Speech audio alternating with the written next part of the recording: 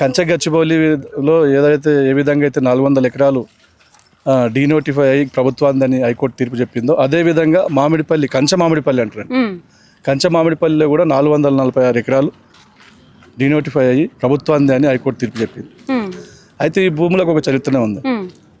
ఈ భూములు గత 2 దశాబ్దాల క్రితం 20 సంవత్సరాల క్రితం మా పూర్వీకులు మా గ్రామస్తులు చాలామంది కూడా ఇక్కడ పొజిషన్లో ఉండి భూమిని కల్టివేషన్ చేస్తూ మరి ఇక్కడ దీనిపైనే జీవనోపాధిని సాగిస్తూ గడుపుతూ ఉన్నాను.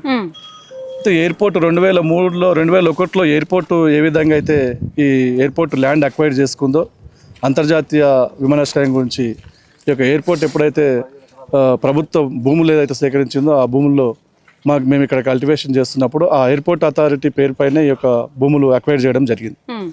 మరి అక్వైర్ చేసిన తర్వాత మరి కొంచెం ఎయిర్పోర్ట్లో తీసుకుని కొంచెం మాత్రం ఖాళీగానే ఉండే. అప్పటి నుంచి కూడా మేము ఇక్కడనే పొజిషన్ నుండి దున్నుకుంటూ మరి పశుగ్రాసం పశువులకు సీజనల్గా కూడా సీతాఫలాలు అవి వస్తుండే, ఫేమస్ ఉండే.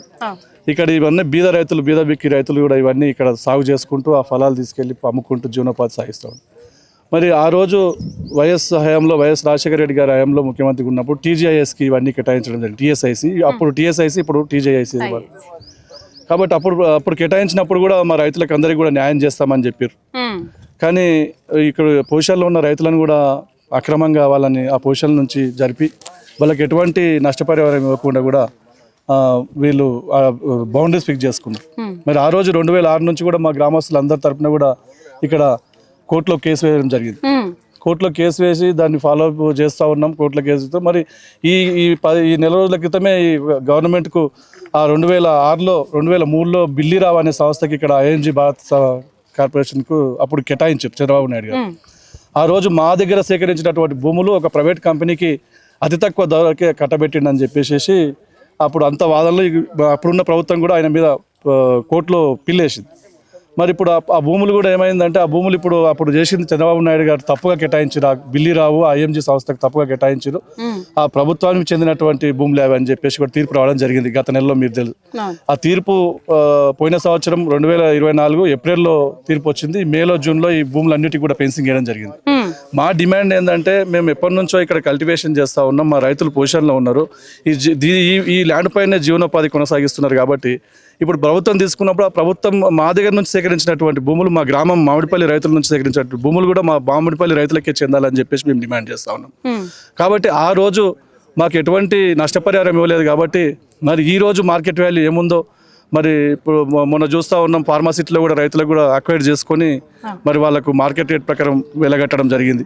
అదేవిధంగా 2009లో నాదర్గూర్లో ఇదే TSIC కంపెనీ మరి అక్కడ కూడా నాదర్గూర్లో ల్యాండ్ భూమి సేకరించినప్పుడు మార్కెట్ వాల్యూ ప్రకారం 10 లక్షలు ఇవ్వడం జరిగింది 2010. మరి అప్పటి నుంచి ఇప్పటి వరకు కూడా మార్కెట్ వాల్యూ పెరిగింది. మరి మాకు రైతులందరూ కూడా అప్పటి నుంచి కూడా దీన్ని నమ్ముకొని ఉన్నారు. కాబట్టి మేము ఏమంటున్నామంటే ఇప్పుడున్న మార్కెట్ వాల్యూ ప్రకారం మాకు నష్టపరిహారం ఏంటి ప్రభుత్వం మార్కెట్ వాల్యూ ఎంత ఉందండి ఇటు సైడ్? మార్కెట్ వాల్యూ 1 కోటి వరకు ఉంటుందండి. పర్ ఎకరా 1 కోటి వాల్యూ వరకు. గవర్నమెంట్ వాల్యూ గజానికి 7,500 ఉంటుంది. కాబట్టి మరి వాల్యూ ఉన్న ఇటువంటి చాలా ఖరీదైనటువంటి భూములు ప్రభుత్వం తీసుకుంటుంది. కాబట్టి ప్రభుత్వం ముందు మా నుంచి సేకరించింది. కాబట్టి మాకు న్యాయం చేయమని అడుగుతా ఉన్నాం. ఈ ఫెన్సింగ్ వేసిన తర్వాత రైతులను కూడా లోపలికి రానియట్లేదట, వాస్తవమేనా? చాలా రోజుల నుంచి దీనికి TSIC వాళ్ళు గోడ పెట్టుకున్న మీద 99 సర్వే నెంబర్ చాలా పెద్ద ల్యాండ్, కొన్ని ఇళ్ళు అయినాయి, కొన్ని కంపెనీలకు ఇచ్చారు. TSIC సింగిల్ విండో కింద కూడా ఎంటర్ప్రైజ్ అప్పుడున్న TRS ప్రభుత్వం పారిశ్రామికవేత్తలు వాళ్ళకు ఇవ్వాలని చెప్పేసి వాళ్ళకి ఇచ్చినంత మాత్రం ప్రభుత్వం ఇస్తే దాని తప్పేం లేదు. కానీ మాకు రైతులకు న్యాయం చేయమని చెప్తా ఉన్నాం. అభివృద్ధి పేరుట పెద్ద పెట్టుబడిదారులకు రియల్ ఎస్టేట్ వ్యాపారులకు కేటాయిస్తే ఊరుకునేది లేదు. ముందు ప్రభుత్వం పేద రైతులకు న్యాయం చేయమని అడుగుతా ఉన్నాం. ఆ రోజు నుంచి మేము కోట్ల చుట్టూ తిరుగుతున్నాం. కాబట్టి ఈ రోజు ఇప్పుడు ఏదైతే మార్కెట్ వాల్యూ ఉందో అది తప్పకుండా కూడా మా రైతులకు న్యాయం చేయాలి. మా రైతుల తరపున చాలా రోజుల నుంచి కూడా అన్ని పార్టీలు ఆ రోజు 2006 నుంచి కూడా ఆర్ కృష్ణయ్య గారు బీసీ సంఘం నేత, ఆయన కూడా మాకు మద్దతు తెలిపి చాలాసార్లు కూడా ధర్నాలు చేయడం జరిగింది. చాలాసార్లు ఉన్న ప్రభుత్వాల దృష్టికి తీసుకెళ్లడం జరిగింది. కానీ ఉలుకులేదు పలుకులేదు. కానీ చాలా రోజుల తర్వాత ఒక శుభ పరిణామం ఏమైందంటే మళ్ళీ ఆ బిల్లీరావు అనే సంస్థ నుంచి ING భారత్ సంస్థ నుంచి గవర్నమెంట్కి భూములు వచ్చినాయి. కాబట్టి ఆ భూమి మాకు సంబంధించింది. కాబట్టి మాకు కూడా న్యాయం చేయమని కోరుకుంటున్నాం. ఇప్పుడు ఉన్నటువంటి రేవంత్ రెడ్డి గారి ప్రభుత్వం మరి ఆయన ప్రజాపాలన ప్రజాప్రభుత్వం అంటారు కాబట్టి ప్రజాప్రభుత్వంలో రైతులకు అన్యాయం జరగొద్దని మేము కూడా అనుకుంటున్నాం. మరి రైతు ఏడ్చిన రాజ్యం, ఎద్దు ఏడ్చిన వ్యవసాయం ఎప్పటికి ఉండదంట. కాబట్టి రైతుల ఉసురు పోసుకోవద్దు. రైతులను ఏ విధంగా అయినా సరే రైతులను సాటిస్ఫై చేసి రైతులకు అనుకున్నట్టుగా అనుకూలంగా వాళ్ళకు ల్యాండ్ అవసరమైతే ప్లాట్ అవసరమైతే వాళ్ళకు, ఎందుకంటే చాలా మంది కూడా చిద్రమైపోయినాయి. ఈ ల్యాండ్ నమ్ముకొని ల్యాండ్ చూసుకొని జీవితాలన్నీ కూడా చిద్రమైపోయినాయి. ఎంతో మంది చాలా మంది ఎయిర్పోర్ట్ లో లేబర్ లేకపోతా ఉన్నారు. ఇంత పెద్ద కంపెనీలు పడ్డాయి మా ఊరు చుట్టూ, కానీ మేము మా ల్యాండ్లు త్యాగం చేసినాం. అప్పుడు ఉన్నటువంటి తక్కువ రేట్లో ప్రభుత్వాలు అక్వైర్ చేసి సేకరించి మా ల్యాండ్ సేకరించి ఇంటర్నేషనల్ ఎయిర్పోర్ట్ సంస్థకి ఇచ్చింది. ఇంటర్నేషనల్ ఎయిర్పోర్ట్ పడ్డందుకు కూడా మాకేం లాభం లేదు. మామూలుగా మేము వెళ్తే మా పిల్లలు కానీ చదువుకున్న వాళ్ళు ఏదైనా వెళ్తే మంచి జాబులు ఇయ్యరు. ఓన్లీ స్వీపర్లు, ఓన్లీ పోర్టర్లు, అక్కడ లగేజ్ మోయడానికి, ఆ గార్డెన్ లో పనిచేయడానికి పనికి వస్తుంది తప్పితే పెద్ద పెద్ద జాబులు ఎవరికి ఇవ్వరండి. పెద్ద పెద్ద జాబులు ఎక్కడి నుంచో నార్త్ ఇండియన్స్ కి, ఆ బయట నుంచి వచ్చిన వాళ్ళకి మాత్రమే ఇవ్వడం జరుగుతుంది. మా పిల్లలు కూడా చాలా మంది ఎంబీఏ చదువుకున్నారు, డిగ్రీ చదువుకున్నారు. ఆ రోజు ఎయిర్పోర్ట్ అంతర్జాతీయ విమర్శనానికి ఇప్పుడు ప్రభుత్వం భూమి సేకరిస్తున్నప్పుడు మీకు అర్హులైన వాళ్ళకు చదువుకుంటే ఎంబీఏలు డిగ్రీలు చేస్తే అని చెప్పేసి వాళ్ళకు జాబులు ఇస్తామని చెప్తే కూడా మా రైతులు, మా గ్రామస్తులు కూడా చాలా మంది డబ్బు ఇల్లు అమ్ముకొని సొమ్ములు కూడా పెట్టి భూములు అమ్మేసి పిల్లల్ని మంచి చదివించారు. ఎంబీఏలు, ఎంసీఏలు, ఇంజనీరింగ్ చేస్తే కూడా ఆ ఇంజనీరింగ్ చేసిన కూడా ఈ రోజు హౌస్ కీపింగ్ పని చేయమంటే మేము చేస్తామని తీసుకోకుండా.